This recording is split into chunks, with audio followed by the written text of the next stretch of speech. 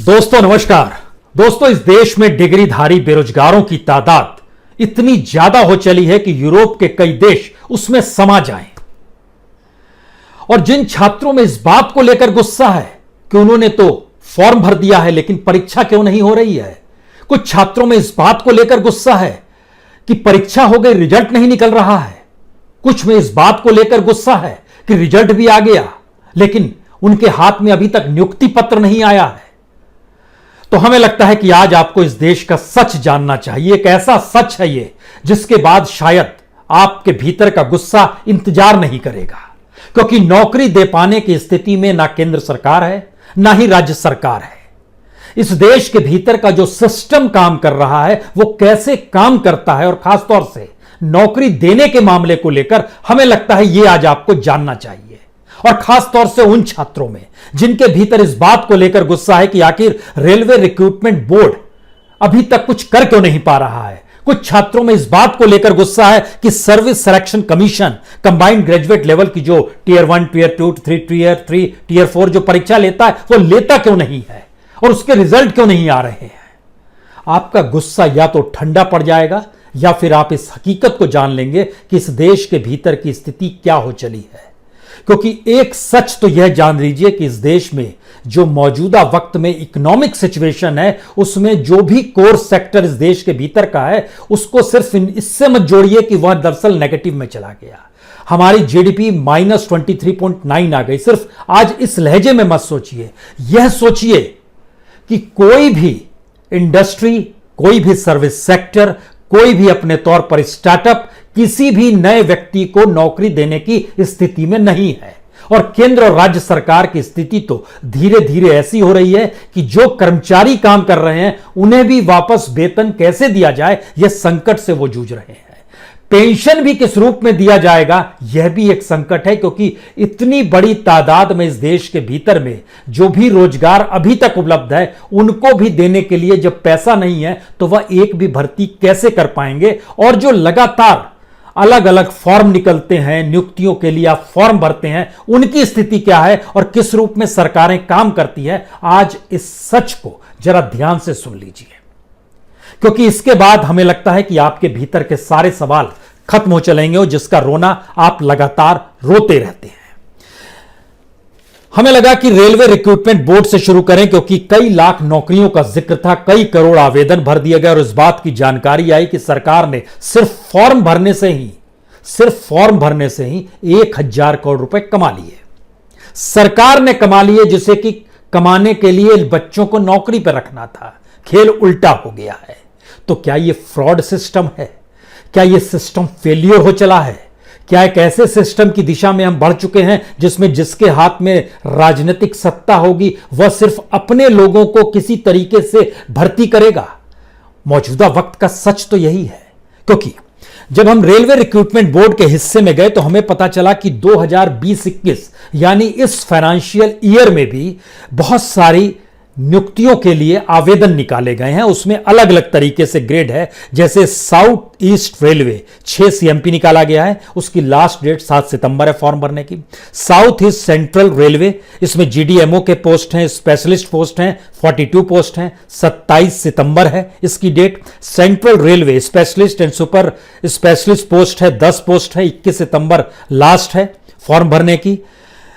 North east railway apprentice है, 4499 post हैं, 15 सितंबर है। हम इन बातों का जिक्र इसलिए कर रहे हैं कि ना तो 2016 में नौकरी मिली, ना 2017 में नौकरी मिली, ना 2018 में मिली, ना 2019 में मिली, और 2020 में भी यह निकलकर रेलवे रिक्रूटमेंट बोर्ड की तरफ से यह चीजें आ गई है कि इस तरीके से फॉर्म भरिए। और कमोवेश जितनी बड़ी तादाद में पोस्ट का जिक्र किया गया है वो सबको मिला दीजिएगा तो लगभग 6000 पोस्टों का जिक्र इसमें कमोवेश हर रेलवे सेक्टर के साथ किया गया है, चाहे वो साउदर्न रेलवे हो, सेंट्रल रेलवे हो, वेस्टर्न रेलवे हो। हमने टेस्ट केस के तौर पर देखा, सेंट्रल रेलवे ने पैरा मेडिकल के 48 पोस्ट निकाले हैं और इनकी लास्ट डेट 2 सितंबर है, जो आज की तारीख है, ये लास्ट डेट आज ही की है।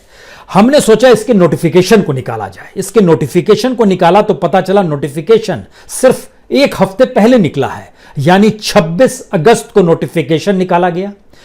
उसके बाद उसमें कहा गया कि जो स्टाफ नर्स है उसमें 26 पोस्ट है, जो पैरामेसिट पोस्ट है उसमें 3 पोस्ट है, जो लैब टेक्नीशियन है 10 हैं, एक्सरे टेक्नीशियन है लगभग 9 है, यानी कुल मिला के 48 पोस्ट है। इसमें जो बीएससी नर्सिंग किया होगा, जिसने 3 ईयर का कोर्स किया होगा, जो नर्स का कोर्स है उसके लिए 44,900 रुपए प्रति महीने का वेतन है। एचआरए डीए अलग से है। इसी तरीके से फार्मिस्ट का जो है वो 3 पोस्ट है, उसको 29,200 रुपए है। उसमें डीए अलग से मिलेगा, एचआरए अलग से मिलेगा। लैब टेक्नीशियन को 35,400 है, डीए और एचआरए अलग से मिलेगा। एक्सरे टेक्नीशियन को 29,200 है, जो कि एचआरए और डीए अलग से मिलेगा। और इसके लिए यह लोग जो परीक्षा लेंगे वह परीक्षा व्हाट्सएप या फिर स्काइप पे वीडियो इंटरव्यू के जरिए लिया जाएगा। हमने ये पता करना शुरू किया कि वाकई क्या आज की तारीख तक, यानी 2 तारीख लास्ट डेट है आज की, क्या स्थिति है, ये भुसावल सेक्टर में इसकी परीक्षा होगी जो रेलवे विभाग का होने वाला है। जानकारी मिली कि यह नोटिफिकेशन आता और वहां जो लोग काम कर रहे होते हैं पहले से, उनको रेगुलर करने के लिए इस तरीके से व्यवस्था की जाती है। पहली बात, जो लोग काम कर रहे होते हैं वो कौन होते हैं? वो दरअसल वहां के अधिकारी, अफसर और जो भी बड़े सीनियर होते हैं उनके मातहत काम करने वाले लोग होते हैं, जिनको रख लिया जाता है। और इस दौर में स्थिति एक और बनी है, जो आरएसएस से जुड़े हुए शख्स होते हैं उनको भी इस रूप में काम पे लगा दिया जाता है और फिर उनके लिए यह नोटिफिकेशन जारी होता है और उनको झटके में रख लिया जाता है। कोई नया व्यक्ति अप्लाई कर सके, किसी नए व्यक्ति का इंटरव्यू इम्पॉसिबल है। जो वहां के जो भी हमारे सोर्स थे उन्होंने जो जानकारी दी, बोले इम्पॉसिबल चीज है, क्योंकि आज की तारीख में नर्स को अगर 45,000 रुपए डीए एचआरए अलग से मिल रहा है तो ये किसी भी प्राइवेट हॉस्पिटल में नहीं मिलता है। ये एक लंबी फहरिस्त थी, जो कि पहली स्थिति हमको एक फ्रॉड लगी कि कैसे नौकरी मिलती है। दूसरी स्थिति भी आपको जानना चाहिए, और दूसरी स्थिति के लिए हमको लगता है कि हम आपको लिए चलते हैं इस देश में जब सबसे पहले मोदी गवर्नमेंट आई थी 2014 में। इस दौर में अलग अलग डिपार्टमेंट में सैकड़ों हमने देखे नोटिफिकेशन, सैकड़ों फॉर्म्स देखे बीते 5 बरस के। उसकी संख्या निकालनी शुरू हुई तो लगभग 80 लाख के पार हो गया। लेकिन हमें लगा कि इस देश की फाइनेंस मिनिस्ट्री कैसे काम करती है, जरा इसी को पहले समझ लेते हैं। फाइनेंस मिनिस्ट्री में 22 दिसंबर 2015 सबसे पहले निकला था, इस नई सरकार आने के बाद, लीगल कंसल्टेंट चाहिए जिसको 40,000 रुपए दिए जाएंगे। 6th फ्लोर होटल सम्राट कौटिल्य मार्ग चाणक्यपुरी, डिप्टी डायरेक्टर लेवल की यह पोस्ट होगी। उसके जरिए यह नोटिफिकेशन निकला था। एक अंडर सेक्रेटरी के उस पर साइन थे, उन्होंने उस पर किया हुआ था। उस अंडर सेक्रेटरी का नाम था इंद्रजीत सिंह। डिपार्टमेंट ऑफ, ये दूसरा केस था, फाइनेंस डिपार्टमेंट में चाणक्यपुरी से निकला था। इसमें जब जानकारी हमने की कि आखिर किसी की भर्ती हुई या नहीं हुई, तो फिर जानकारी मिली कि कोई नया शख्स नहीं आया। जो एक टीम काम कर रही होती है उसी में से एक शख्स को कहा जाता है कि आज से आपको हम 40,000 रुपए स्टाइपेंड के तौर पे देंगे, कंसल्टेंट आप हो गए। इसी तरीके से रखा जा रहा है इस देश के भीतर में, जो कि अपने नजदीक का व्यक्ति हो। अब देखिए बड़ी महत्वपूर्ण बात है, इस दौर में सितंबर 2020 यानी इसी महीने लगभग नौकरियों की जो फहरिस्त अलग अलग जगहों पर निकाली गई है गवर्नमेंट के जरिए। गवर्नमेंट ने जिन बातों का अपनी वेबसाइट पर जिक्र किया है और उस वेबसाइट के जरिए जो प्राइवेट वेबसाइट्स है उन्होंने जिक्र किया, जरा देख लीजिए। 10वीं पास के लिए हमारे पास 15,988 नौकरी है। 12वीं पास के लिए 33,842 नौकरी है। ग्रेजुएट के लिए 63,833 नौकरियां हैं। डिप्लोमा किए हुए के लिए 9,693 है। बीटेक बी किए हुए के लिए 10,503 नौकरी है। बीटेक और बीए के लिए जो रखा जाएगा उनके लिए मिनिमम 15,000 से लेकर 1 लाख तक जो उनकी पूरी सैलरी का स्ट्रक्चर है वो उस रूप में है, और बाकियों के लिए 5,200 से लेकर फिर वो अलग अलग कैटेगरी है, 63,000 तक कोई जाएगा। कोई आईटीआई किया होगा तो उसका 29,200 रुपए मैक्सिमम होगा। लेकिन डीए और एचआरए अलग अलग होगा। आपके दिमाग में ये सवाल होना चाहिए कि इतनी नौकरियां अगर निकल रही हैं तो इसमें हो क्या रहा है। तो इसमें एक चीज और जोड़ देते हैं, higher post, HEC Heavy Engineering Corporation Limited. इसमें चेयरमैन और मैनेजिंग डायरेक्टर के पद के लिए एक ग्रेजुएट पास व्यक्ति चाहिए, उसके पास अलग से एक्सपीरियंस हो तो भी उसको रख लिया जाएगा। एप्लीकेशन आपको Shri Indrajit Singh, under secretary, Department of Heavy Industry, room number 431, Udyog भवन एंड न्यू दिल्ली 11, इसको आपको रिटन तौर पर देना है और रख लिया जाएगा। इसके बारे में जब हमने पता शुरू किया तो पीएसयूज की स्थिति इस देश के भीतर में क्या है वो हम लोग लगातार देख रहे हैं। डिसइन्वेस्टमेंट के जरिए उन्हें सेल किया जा रहा है। इस तरह की नौकरियों में कुछ लोगों को जो एडजस्ट करना होता है उस तरह का नोटिफिकेशन आता है। एक आम ग्रेजुएट के लिए या न्यू कमर के लिए ऐसी कोई जगह इस देश के भीतर में नहीं है। आप कहेंगे नहीं नहीं, हम न्यू कमर नहीं है, हमने तो बहुत पहले ही इस देश के भीतर में ग्रेजुएशन कर लिया था। तो उनका सच अब समझना शुरू कीजिए। जो बच्चे इस बात का रोना रो रहे हैं कि परीक्षा दे दी, रिजल्ट नहीं आया, रिजल्ट आ गया, नियुक्ति नहीं हुई। हमने एक टेस्ट केस एक और लिया। एक लड़के ने ग्रेजुएट किया 2016 में। उसने पढ़ाई शुरू की कि किसी भी हालत में सर्विस सिलेक्शन कमीशन की जो कंबाइंड ग्रेजुएट लेवल की परीक्षा होती है इसको पास करेंगे। जबरदस्त पढ़ाई की। 2017 में नौकरी का नोटिफिकेशन आया। अगस्त में टायर 1 की परीक्षा भी हो गई। 2018 में फिर सेकंड परीक्षा हुई। 2019 में उसका रिजल्ट आ गया और उसके पास नियुक्ति पत्र आया। इनकम टैक्स डिपार्टमेंट में उसकी नियुक्ति हो गई है। 2020 आ गया है, ना सीपीटी हुआ है ना मेडिकल हुआ है। उसकी ज्वाइनिंग कब होगी? 2016 में वो ग्रेजुएट हुआ था। 2016 से लेकर 2020 तक में सर्विस सिलेक्शन कमीशन कितनों को रोजगार दे पाया है यह बताने की स्थिति को इस रूप में समझ लीजिए कि जितनी नौकरियां वो निकाल पाती है उसका सिर्फ 12% ही वो नौकरी दे पाया है। अब आपके सवाल होगा कि कितनी नौकरियां दे पाया है और कितनी नौकरियां निकलती हैं, यह भी हम आपको बताएंगे। लेकिन जिसका हमने जिक्र किया, जिस शख्स ने 2017 में सर्विस सिलेक्शन कमीशन को पास किया, सीजीएल को, जो कंबाइंड ग्रेजुएट लेवल होता है, उसको 2020 तक नौकरी नहीं मिली है। उसने क्या किया? 2018 में दोबारा 5 मई को नोटिफिकेशन निकला, उसकी परीक्षा फिर से देनी शुरू की।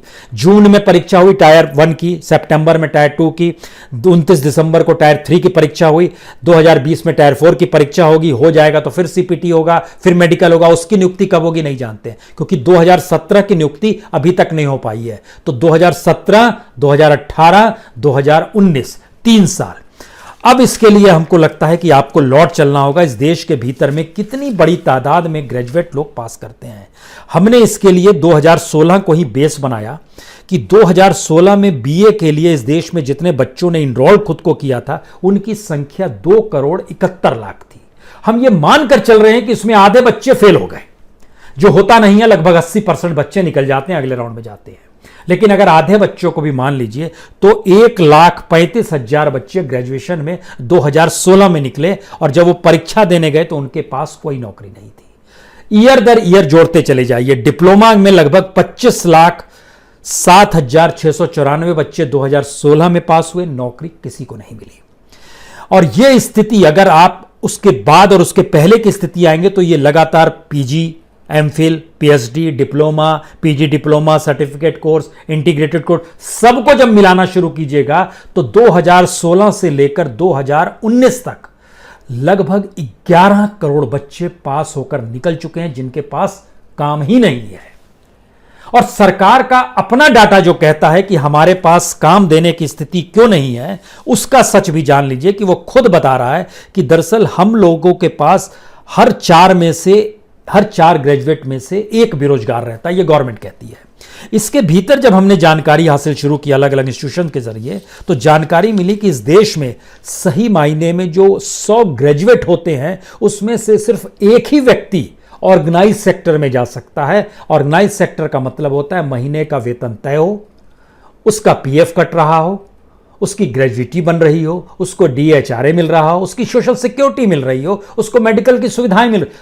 100 ग्रेजुएट में से 1 ग्रेजुएट जा पाता। यह इस देश का सच है। और इस देश का सच यह है कि इस देश के भीतर में 65% आबादी 35 बरस से कम की है। ये सच है। और 25 उम्र से कम की तादाद लगभग इस देश की आधी आबादी है। 50% वो आबादी है।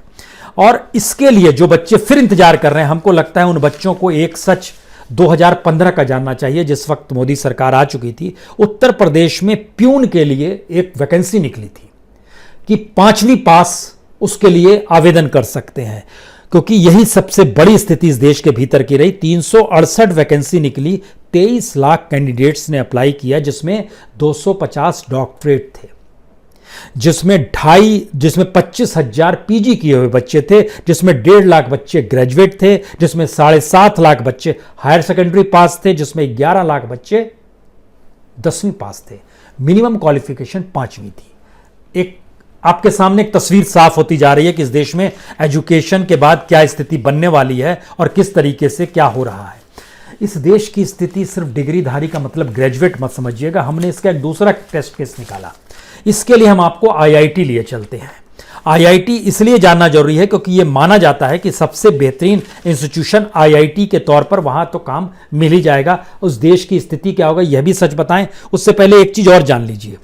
हमारे यहाँ जो एसएससी जो है, जो अपने तौर पर तमाम नौकरियों के लिए आवेदन करती है, जो सर्विस सिलेक्शन कमीशन है, और एक पीओ का पोस्ट होता है बैंक के लिए। हमने इसको जब टेस्ट केस लिया तो पता चला कि 2012 जब मनमोहन सिंह सरकार थी, 2012, 2013, 2014 तक, इन 3 बरस को हमने उनके गवर्नमेंट का लिया तो पता चला कि 32,000 से 38,000 तक वैकेंसीज इन दोनों के जरिए निकलती थी, जो सर्विस सिलेक्शन कमीशन और जो पीओ का है। होते होते जब 2020 में पहुंचे हैं तो ये 38,000 से घटकर 1,167 पर आ गई है। जो बच्चे 2016 में परीक्षा दे रहे थे उनके लिए अब निकला था आवेदन 19,483 का, नियुक्ति नहीं हुई है। 2017 में कहा गया 11,696 परीक्षा ली गई, नियुक्ति नहीं हुई, रिजल्ट नहीं निकला, अधूरा है। 2018 में 15,523 नियुक्ति नहीं हुई, परीक्षा कुछ ली गई, कुछ टल गया। 2019 12,918 फॉर्म भरे गए, कोई परीक्षा नहीं हुई है, किसी चीज की कोई जानकारी नहीं है।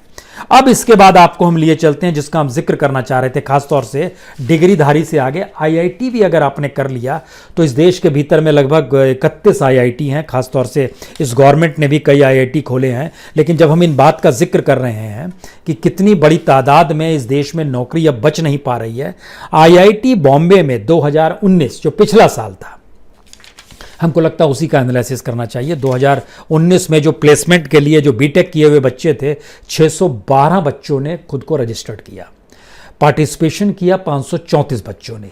उनको जो प्लेसिंग हुई है उसमें 475 बच्चों की हो गई। कोई दिक्कत नहीं, आप कहेंगे अच्छी बात है, हो गई। इसी तरीके से जो ड्यूअल कोर्स कर रहे थे, बीटेक और एमटेक कर रहे थे, 182 बच्चों ने रजिस्टर्ड किया, 158 पार्टिसिपेट किए, 151 को प्लेस कर दिया गया। एमटेक जो कर रहे थे 524 बच्चे थे, उन्होंने अपने आप को रजिस्टर्ड किया था, पार्टिसिपेशन 463 का था, 402 का नियुक्ति हो गई। टोटल मिलाइएगा आईआईटी बॉम्बे का तो 1,695 बच्चों ने खुद को रजिस्टर्ड कराया, जो प्लेसमेंट के लिए कंपनियां आती हैं। पार्टिसिपेशन 1,404 का हुआ और 1,186 उसमें से नियुक्ति मिल गई, लगभग 84%। आप कहेंगे ये तो अच्छी बात है, लेकिन सच क्या है?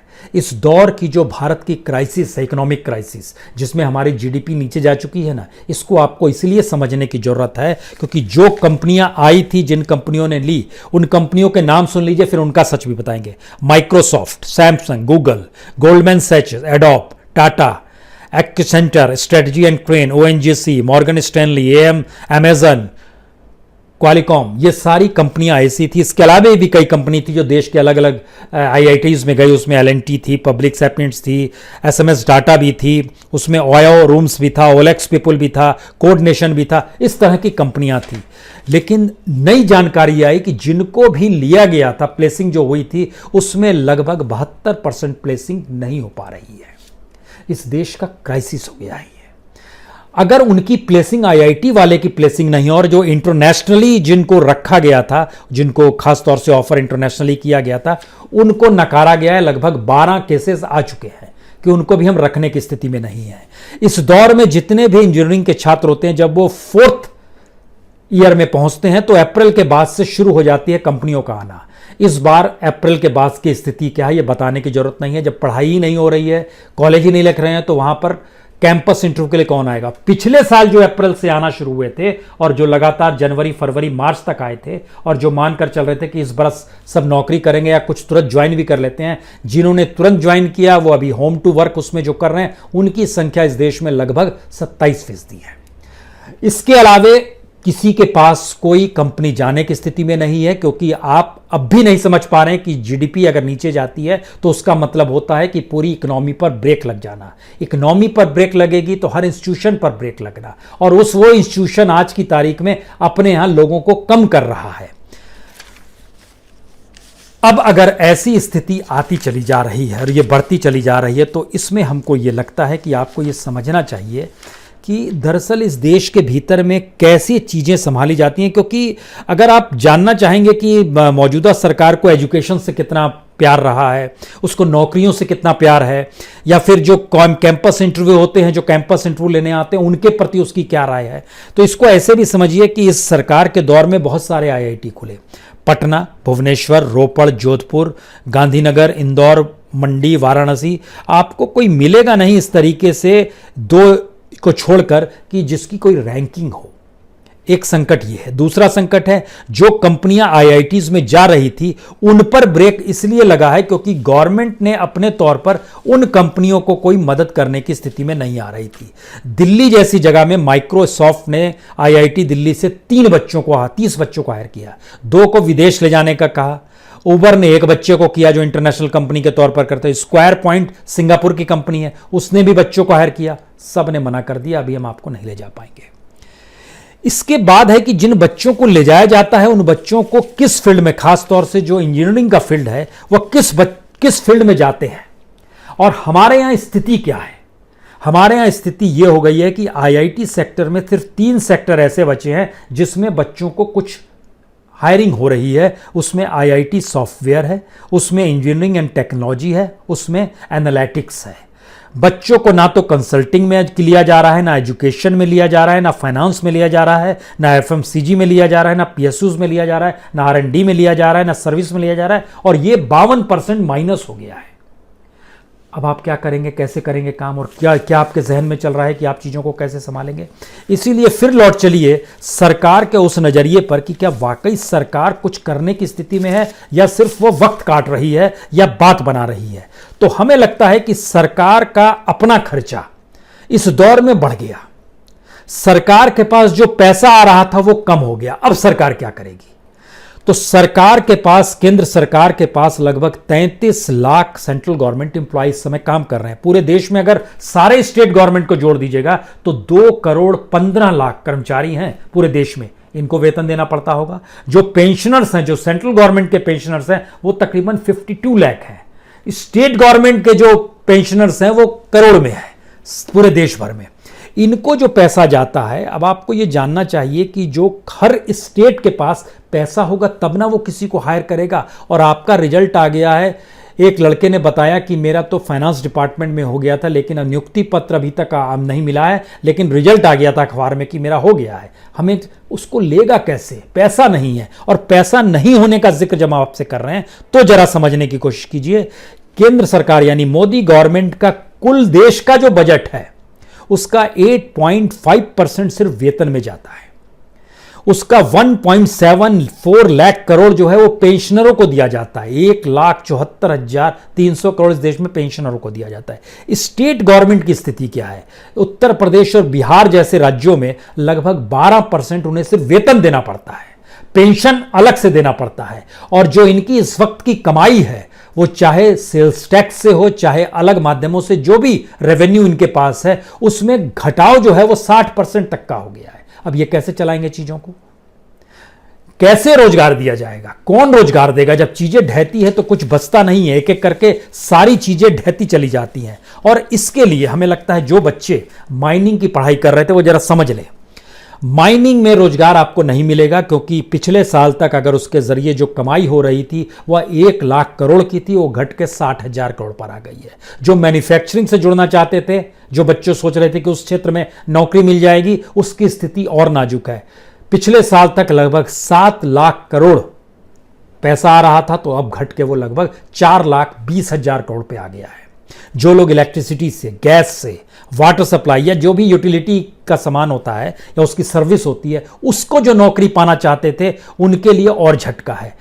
अभी तक पिछले साल तक 1,24,751 करोड़ रुपए उससे मिल रहे थे, उस सेक्टर से, जो कि घटकर इस तिमाही में जानकारी मिली कि 1,18,000 रुपये आ गए। यह 3 महीने का जानकारी दे रहे हैं कि पिछले 3 महीने में क्या थे, इस 3 महीने में क्या थे।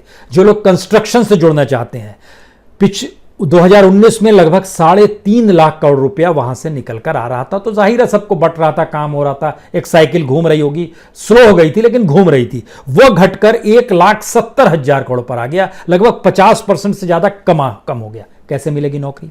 जो फाइनेंशियल इंस्टीट्यूशन से जुड़ना चाहते हैं, जो रियल एस्टेट से जुड़ना चाहते हैं, जो प्रोफेशनल सर्विस से संकट वहां भी आ गया है। कल तक वहां की जो 3 महीने का जो था लास्ट ईयर का, वो 10 लाख करोड़ का था, 10.56 लाख करोड़ का था, जो घट गया वो लगभग 10.110 लाख। वहां भी कुछ कमी आई है, कम आई है कमी, लेकिन कमी आई है। तो कमी जब आ गई तो किसी नए व्यक्ति को कैसे रखेंगे? कोई ग्रोथ दिखाई नहीं दे रहा है। पब्लिक एडमिनिस्ट्रेशन या डिफेंस का जिक्र करेंगे, वहां भी कमाई आ गई है। कल तक जिक्र हो रहा था 6,37,000 करोड़ का, इस अप्रैल मई जून में वो घटकर 6,05,000 करोड़। सिर्फ जो फायदा हुआ है वो कहां हुआ है? एग्रीकल्चर, जिसके ढोल पीटे जा सकते हैं। इसलिए पीटे जा सकते हैं कि वो सरकार पर आश्रित नहीं है। सरकार इस देश के किसानों के साथ सिर्फ 27% तक जुड़ी हुई है। बाकी 73% किसान इस देश में अपने ही काम करता है, अपने ही तरीके से जिंदा रहता है, अपने ही तरीके से रोजगार खोजता है। एग्रीकल्चर में भी, एग्रीकल्चर, फॉरेस्ट्री, फिशरीज में जो लोग जुड़ना चाहते हैं, उनमें भी यह समझना होगा कि पिछले साल 7,12,222 करोड़ था, इस बार वो बढ़कर 7,52,768 करोड़ हुआ, यानी कुल मिला के लगभग 35,000 करोड़ का उसमें इजाफा हुआ है। यह एग्रीकल्चर के सिचुएशन की स्थिति का हम आपसे जिक्र कर रहे हैं। यानी एवरेज जब स्थिति इस देश के भीतर में आप निकालना शुरू करेंगे, जो बच्चे सोच रहे हैं कि रोजगार मिल जाएगा, उनकी जानकारी बता दें। एवरेज इस देश में गवर्नमेंट की स्थिति यह हो गई है कि उसको 20% पद रिक्त उसके पड़े हुए थे। सरकार के 2014 में जब मोदी गवर्नमेंट आई तो 20% पद उसको भरने थे, चाहे वो पुलिस में भरने हो, चाहे बैंक में भरने हो, किसी भी सेक्टर में भरने हो। लेकिन आज जब 2020 में हम आपको 6 साल बाद जिक्र कर रहे हैं, तो जानकारी मिल रही है कि लगभग जो लोग काम कर रहे थे उसमें लगभग 3.75% की भर्ती जो खत्म कर दी गई, रोजगार खत्म कर दिया गया। जिनको वीआरएस दिया गया वह भी लगभग 1.25%, यानी 5% इस दौर में जो नौकरी करने वाले वो बाहर निकल गए। उसमें डिसइन्वेस्टमेंट का चक्कर है, उसमें बैंक मर्जर का चक्कर है, तो नौकरी कैसे मिलेगी? और यह तादाद बढ़ने वाली है। यह तादाद जो हम आपको जानकारी दे रहे हैं, यह तादाद इस लॉकडाउन की नहीं है, इस महामारी की नहीं है, ये मार्च तक की स्थिति का जिक्र कर रहे हैं, लास्ट फाइनेंशियल ईयर तक का हम आपसे जिक्र कर रहे हैं। जो इस स्थिति में लोगों की नौकरी, गवर्नमेंट सर्वेंट होते हुए 5% लोग वो अलग अलग पीएसयू से निकले, वहां से उन्हें जैसे पूरा बीएसएनएल कंगाल हो गया, 90,000 लोगों ने वहां पर वीआरएस ले लिया, एमटीएनएल खत्म हो गया, और कमोवेश हर सेक्टर में यह स्थिति आने वाली है, जिसका भी डिसइन्वेस्टमेंट होगा या जो भी पीएसयू सरकार मानकर चलती है इसे बेच देना है, तो उसके बाद वो स्थिति वहां पर बनती चली जाएगी। इस स्थिति में आकर अगर आपके दिमाग में अगर कहीं भी यह सवाल बचा हुआ है कि आपको नौकरी मिल जाएगी, तो आखिरी सवाल सुन लीजिए, राज्यों की क्या स्थिति है, कौन आपको देगा, कैसे नौकरी देगा, किस क्षेत्र में नौकरी देगा। क्योंकि हर क्षेत्र जब नीचे चला गया है, हरियाणा 33%, 33.5, 100 में से 33 लोग बेरोजगार हैं। और ये जब हमने हिसाब लगाना शुरू किया, बिहार में जैसे 13.4% का अनएम्प्लॉयमेंट रेट चल रहा है, देश के भीतर में लगभग 10% छू रहे हैं हम लोग, 9.83 अर्बन इलाकों में हो चुकी है बेरोजगारी की स्थिति। लेकिन इसको समझने के लिए सरल तरीके से अगर आप समझेंगे तो इस देश में लगभग 1,35,00,000 रोजगार दफ्तर में रजिस्टर्ड बेरोजगार हैं। इस देश के भीतर में अगर सरकार अपने यहां रिक्त पदों को सबको निकाल दे तो सबको नौकरी मिल सकती है, इतने रिक्त पद हैं इस देश में। लेकिन स्थिति यह हो गई है कि जो रोजगार 2 करोड़ से ज्यादा लोग कर रहे हैं, उनको देने के लिए पैसा नहीं, तो एक ऐसी सिचुएशन बन गई है कि उनका भी रोजगार जब छिन रहा है, तो जानकारी निकल कर आती है कि अब कोई भी राज्य सरकार अपने तौर पर रोजगार नया पैदा कर पाने की स्थिति में नहीं आएगा, उसके पास बजट नहीं है। किसी भी सेक्टर में वो पीपीपी सिस्टम हो या कोई भी सिस्टम हो, किसी भी तरीके से काम करे, वह नहीं कर पाएगा। रास्ता बचता क्या है? रास्ता एकमात्र इस सरकार के पास तो एक ही फार्मूला है, सारी चीजें बेच दो, प्राइवेट सेक्टर अपने तौर पर चीजों को डेवलप करेगा और प्राइवेट सेक्टर से हम टैक्स ले लिया करेंगे। इसी स्थिति में यह जी रहा है। इसीलिए रेलवे को बेचा जा रहा है, हवाई जहाज को बेचा जा रहा है, बंदरगाह को बेच दिया गया, सार्वजनिक उपक्रम बेचे जा रहे हैं और सारी चीजें सेल कर दी जा रही है। यह एकमात्र फार्मूला मौजूदा सरकार के सामने है। अब आप सोचिए, आखिर में नौकरी मिलेगी आपको तो कैसे मिलेगी? बहुत बहुत शुक्रिया।